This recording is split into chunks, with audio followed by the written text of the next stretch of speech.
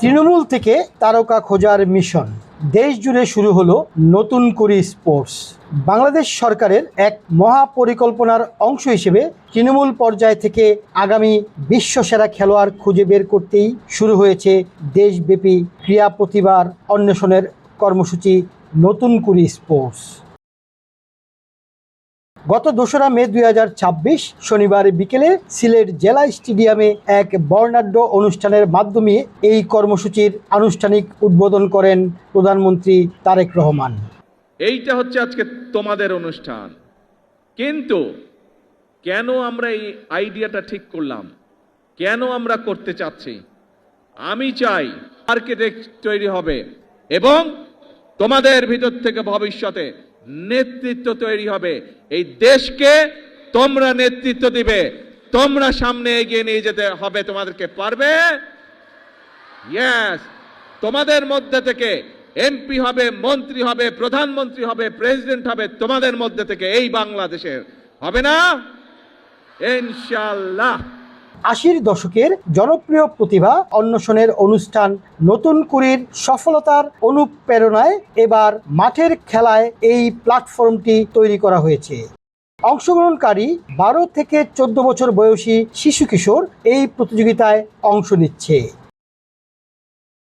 মোট 8টি ডিসিপ্লিন প্রতিযোগিতার অনুষ্ঠিত হতে যাচ্ছে।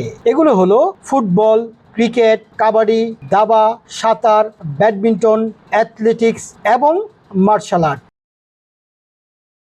খেলাগুলো প্রথমে ইউনিয়ন ও উপজেলা পর্যায়ে শুরু হয়েছে। এরপর জেলা ও আঞ্চলিক ধাপ পেরিয়ে চূড়ান্ত বিজয়ীরা জাতীয় পর্যায়ে লড়াই করবে।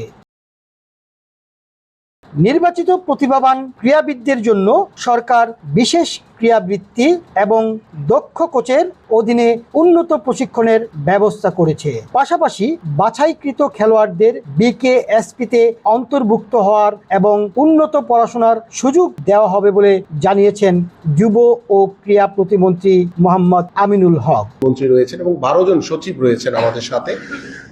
তো সেই সবাই মিলে আমরা কিন্তু ইতিমধ্যে ঢাকা মহানগরীর বেশ কিছু মাঠ পরিদর্শন করেছি এবং আমরা অলরেডি আমাদের ঢাকা জেলা প্রশাসককে বলা হয়েছে এবং আমাদের উত্তর এবং দক্ষিণ সিটি কর্পোরেশনকে বলা হয়েছে এবং আমরা জেলা প্রশাসনকে ইতিমধ্যে চিঠি দেওয়া হয়েছে যে সারা বাংলাদেশের প্রত্যেকটি ইউনিয়ন পর্যায়ে একটি করে মাঠ, উপজেলা পর্যায়ে একটি করে মাঠ এবং অন্যান্য যে খালি জায়গাগুলো রয়েছে সেগুলোকে আমরা সংস্কার করে কিভাবে খেলার উপযোগী তৈরি করতে পারি একটি বৃহৎ পরিকল্পনা নিয়ে কিন্তু আমরা কার্যক্রম শুরু করেছি। সো আমি যেহেতু বলেছি যে এটি শুরু করেছি, সো এটার একটি চলমান প্রক্রিয়া। সো চলতে চলতে আপনারা দেখবেন যে আসলে আমাদের কার্যক্রমগুলো কিভাবে আপনাদের সামনে প্রেজেন্ট করছি। দেশের 64টি জেলাতেই বর্তমানে এই প্রতিযোগিতার বিভিন্ন ইভেন্ট চলছে। ইতিমধ্যে বাংলাদেশের বেশ কিছু জেলায় ব্যাডমিন্টন ও ফুটবল জেলা পর্যায়ে খেলা সম্পন্ন হয়েছে। কিশোর কিশোরীদের সুপ্ত মেধা বিকাশের মাধ্যমে একটি সুষ্ঠু ও কর্মঠ জাতি গঠনের লক্ষ্যেই এই মেগা আয়োজন।